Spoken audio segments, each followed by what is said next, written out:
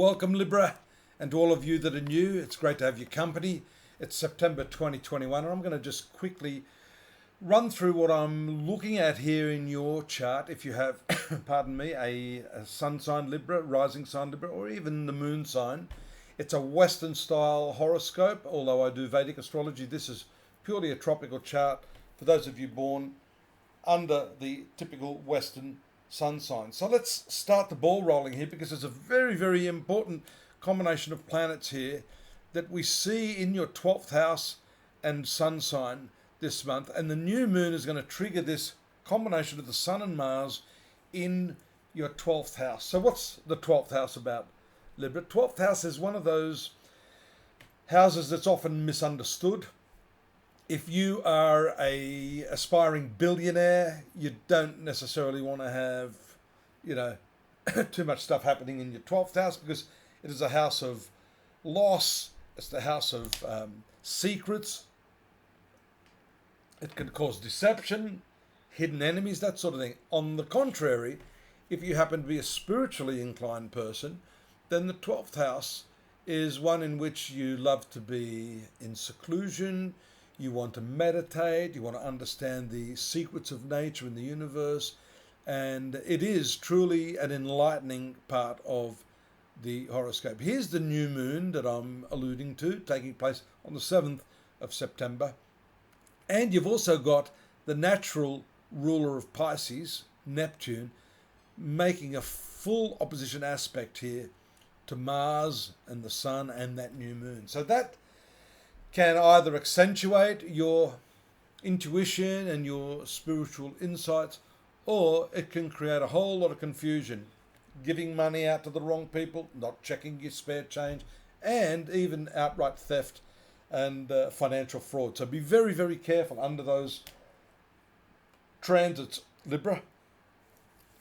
You'll note that Mercury, the communicative planet, is in a really, really good position here in your sun sign, making you chit-chatty, giving you the gift of the gab, making you somewhat humorous too, so that's a good countermeasure to these rather heavy 12th house aspects. And you can be serious and humorous at the same time. A lot of people forget that. In fact, that's why I like comedy, because some of the most profound statements and philosophies are expounded by comedians who make you laugh but make you think at the same time. So there's a bit of that in the chart as well.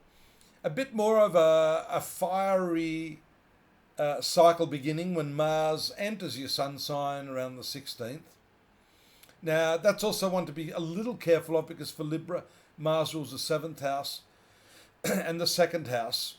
According to Vedic astrology, these sectors can be a little bit threatening physically, so you've got to be careful of speed, heat, disputes, anything that can cause you to lose focus and concentration, that makes you impulsive and likely to do things that jeopardize your safety and the safety of others. So don't drive fast is, I guess, one of the areas that you might, put the brakes on a little.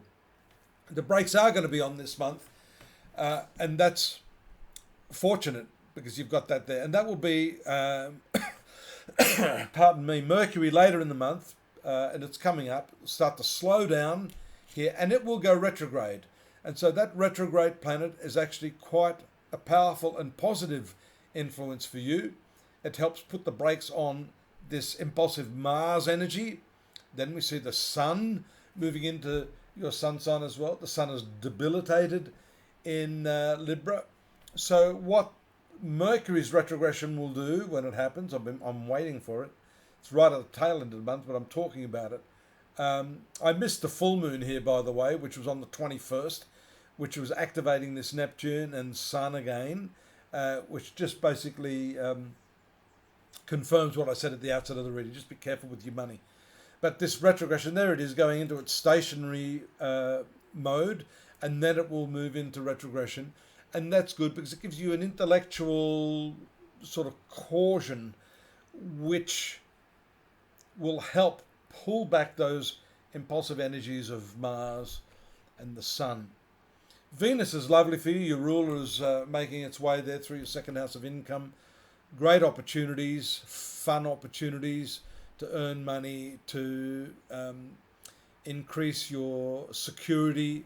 That type of thing is shown by the position, and also by the, we just had it there, the triangular aspect around the last couple of days of the month when the moon moves into the trine aspect of Venus there in your second house.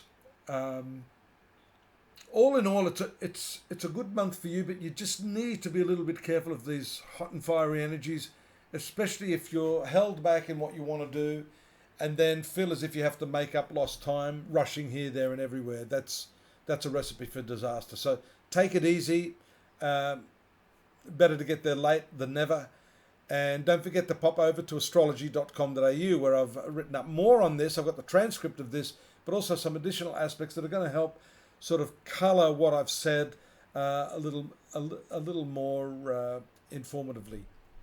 Drop me a line if you want, and I'm always available here if you need a more personalised reading. And I will see you next month. Stay safe. Bye-bye for now.